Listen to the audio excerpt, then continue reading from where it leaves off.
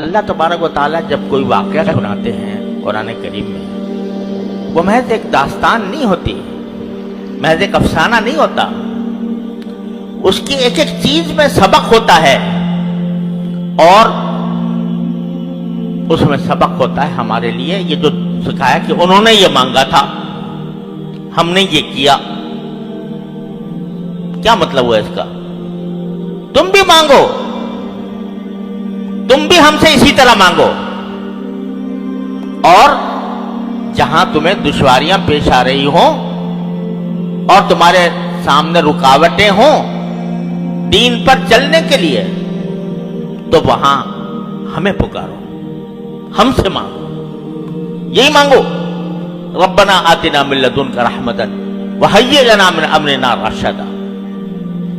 آج لوگ کہتے ہیں کہ جی دین پر عمل کرنا بڑا مشکل ہو گیا ہے، سارا معاشرہ بگڑا ہوا ہے، رشوت کا بازار گرم ہے، ہم کاروبار کریں تو کیسے کریں، بغیر رشوت کے کام نہیں ہوتا، ہم بازار میں نکلتے ہیں، گھر سے باہر نکلتے ہیں تو نگاہوں کو پناہ نہیں ملتی، اور نگاہوں کو کیسے بچائیں؟ مجلسوں میں بیٹھتے ہیں تو غیبتیں شروع ہو جاتی ہیں،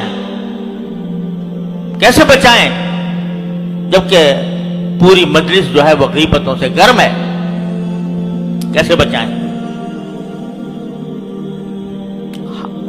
تقاضا ہوتا ہے نماز باجماعت کا، اور ہمیں ایسے ماحول میں رہ رہے ہیں جہاں کسی کو فکر نہیں ہے، تو ہمارے دل میں بھی رکاوٹیں پیدا ہو جاتی ہیں۔ اگر سارا ماحول ایسا بگڑا ہوا ہے کہ اس میں ایک تنہا آدمی کیسے اس طوفان کا مقابلہ کرے، تو یہ دعا اللہ تعالیٰ نے تلقین فرمائی، ارے بھائی اگر مشکل پیش آ رہی ہے، دشواری ہو رہی ہے، پریشانی ہو رہی ہے، تو کیوں ہم کو نہیں پکارتے؟ کیوں ہم سے نہیں کہتے؟ کہو ربنا آتنا من لدنک رحمتا وہیئ لنا من امرنا رشدا۔ اے اللہ، میں گر گیا ہوں اس ماحول کے اندر، ظلمتوں کا ماحول ہے، تاریکیوں کا ماحول ہے، گناہوں کا ماحول ہے، میں گر گیا ہوں، مجھے بچا لے اس سے۔ تو آپ مانگو گے، صدق دل سے مانگو گے، اخلاص کے ساتھ مانگو گے، تو ممکن نہیں ہے کہ رد ہو جائے۔ کوئی دعا اگر آدمی دنیا کے کسی مقصد کے لیے مانگتا ہے نا، یا اللہ مجھے فلاں ملازمت دے دے، فلاں منصب دے دے، تو وہ ضروری نہیں ہے کہ تمہیں وہ مل جائے۔ کیوں؟ اس لیے کہ جب اللہ تعالیٰ دیکھتے ہیں کہ اس بندے کو اگر یہ منصب دے دیا تو یہ اس کو خراب کرے گا، اس کے اندر تکبر پیدا ہو جائے گا، یہ دوسروں کے ساتھ ظلم کرے گا، نہیں دیتے اللہ میاں۔ اس لیے نہیں دیتے کہ تمہاری مصلحت کے مطابق نہیں ہوتا۔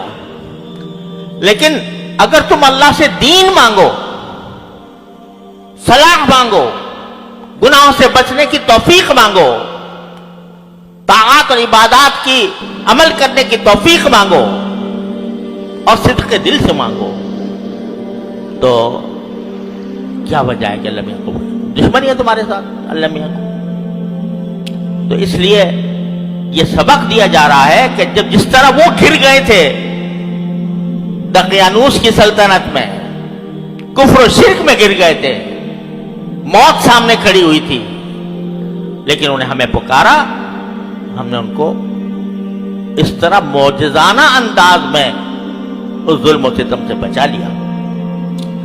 تو اس لیے جب کبھی یہ شیطان کا دھوکہ دل میں آئے کہ بھائی اگر بعض لوگ کہتے ہیں کہ جی اگر ہم صحابہ کرام میں کے زمانے میں پیدا ہوتے تو پھر ہمارے لیے دین پر چلنا آسان ہو جاتا،